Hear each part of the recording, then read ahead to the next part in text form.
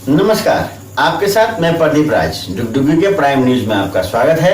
आइए बढ़ते हैं प्राइम खबरों की ओर। भारतीय जनता पार्टी ने झारखंड सरकार के प्रस्तावित लैंड म्यूटेशन बिल के विरोध में रविवार को धनबाद के रणधीर वर्मा चौक पर प्रदर्शन किया। इस मौके पर विधायक राज सिन्हा सहित भारतीय जनता पार्टी के कई नेता और कार्यकर्ताओं ने राज्य सरकार को जन विरोधी बताया। विधायक ने कहा कि अगर सरकार समय रहते अपना निर्णय नहीं बदलती है तो विधानसभा को चलने नहीं दिया जाएगा।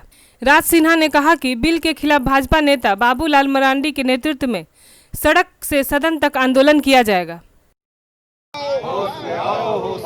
कानून वापस लेना होगा, कानून वापस लेना होगा। हेमंत सोरेन हाय हाय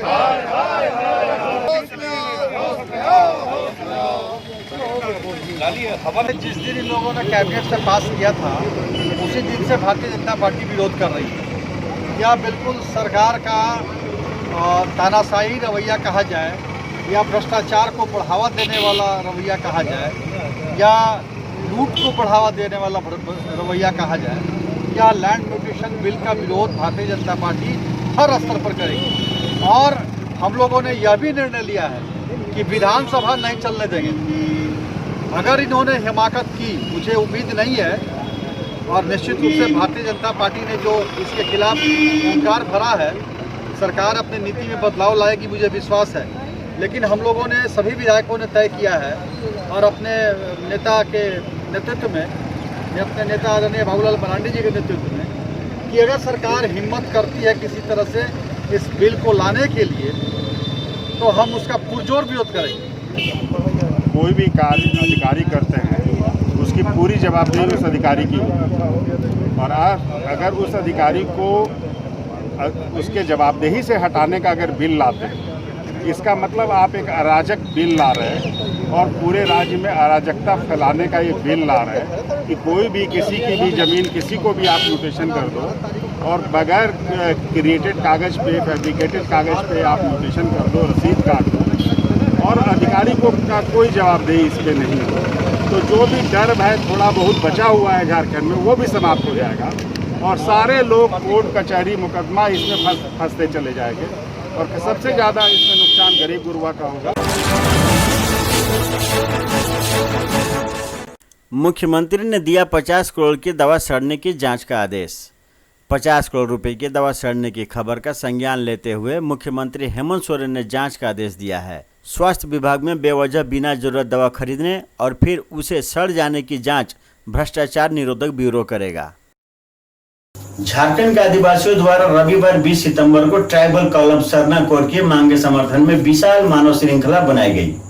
झारखंड के सैकड़ों संगठनों और हजारों समितियों ने झारखंड के विभिन्न हिस्सों में मानव श्रृंखला बनाकर सरकार से आदिवासी सरना कोड की मांग की।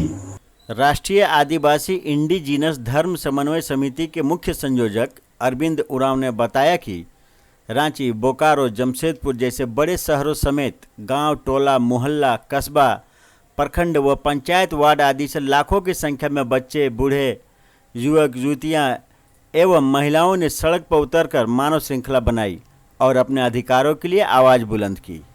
वे चाहते हैं कि जनगणना फॉर्म में आदिवासी सरना कोड के अलग के लिए राज्य सरकार विधानसभा में बिल पारित कर केंद्र सरकार को भेजे।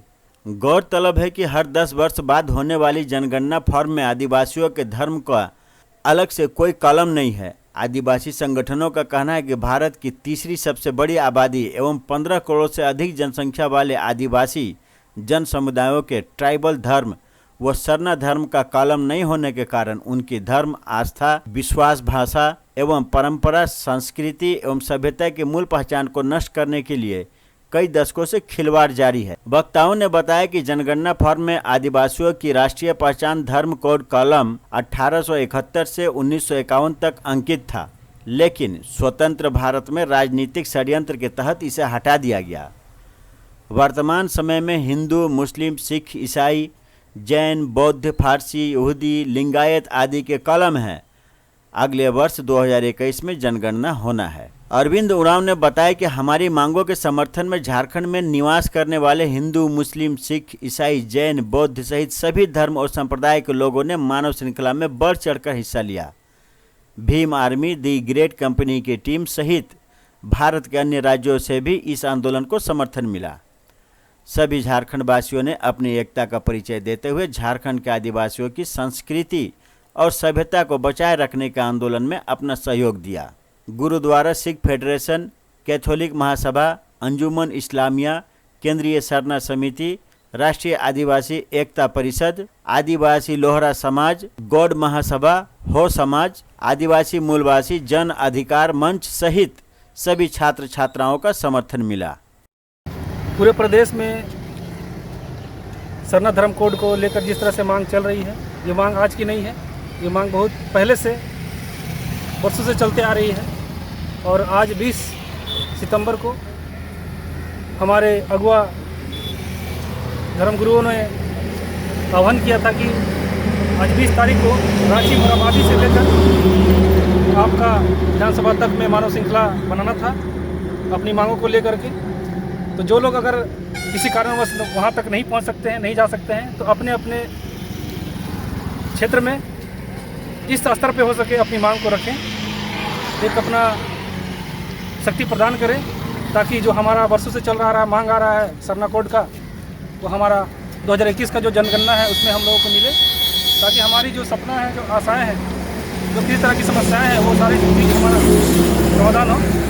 इसीलिए आज हम लोग बोकारो सरना विकास समिति मानव श्रृंखला बनाकर अपना मांग को, अपना अधिकार को, सरना धर्म कोड को मांग कर रहे हैं। धनबाद के विधायक राज सिन्हा ने भूली के किसानों को अंग वस्त्र देकर सम्मानित किया। भूली बस्ती में रविवार को नरेंद्र मोदी के 70वें जन्मदिन के अवसर पर किसान सम्मान समारोह में किसानों को अंग वस्त्र देकर सम्मानित किया। और हमारे पर्यटन प्रकोष्ठ के संयोजक जिला के भाई सुमन सिंह जी,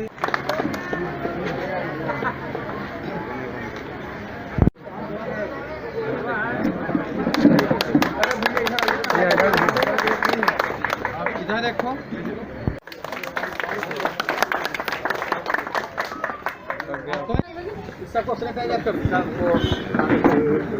अरे दीजिए ना भाई। उसके सह संयोजक अनिल सिन्हा जी सेवा सप्ताह मना रहे हैं। प्रधानमंत्री नरेंद्र मोदी जी के जयंती 17 तारीख को जन्मदिन था, तो हम लोग एक सप्ताह का सेवा सप्ताह मना रहे हैं। तो आज यहाँ पे हम लोग आए थे भूली बस्ती में, किसानों का हम लोग सम्मान किए। भूली में जो महापुरुषों के का मूर्ति है, कुंवर सिंह, अम्बेडकर जी, विवेकानंद जी, उनको साफ सफाई करके वहाँ माल्यार्पण किए, सफाई अभियान चलाए। फिर यहाँ पर आकर के हम लोग किसानों का सम्मान किए। निरसा ईसीएल मुगमा एरिया के कापाझारा आउटसोर्सिंग के समीप रखे गए अवैध कोयलों को पुलिस ने जब्त कर लिया। रविवार को सीआईएसएफ एवं पुलिस ने संयुक्त रूप से छापेमारी कर बड़ी मात्रा में कोयला बरामद की। बताया जाता है कि कोयला तस्करों द्वारा ईसीएल के खदानों से अवैध रूप से खनन कर कोयला जमा किया जाता था। बाद में इस अवैध कोयलों को छोटे छोटे वाहनों के माध्यम से यहां से बाहर ले जाया जाता था। गौरतलब है कि निरसा, कालूबा थाना और चिरकुंडा थाना क्षेत्र में कोयले का अवैध खनन लगातार जारी है। बीच बीच में पुलिस द्वारा कार्रवाई भी की जाती है, लेकिन अवैध खनन रुकने का नाम नहीं ले रहा है।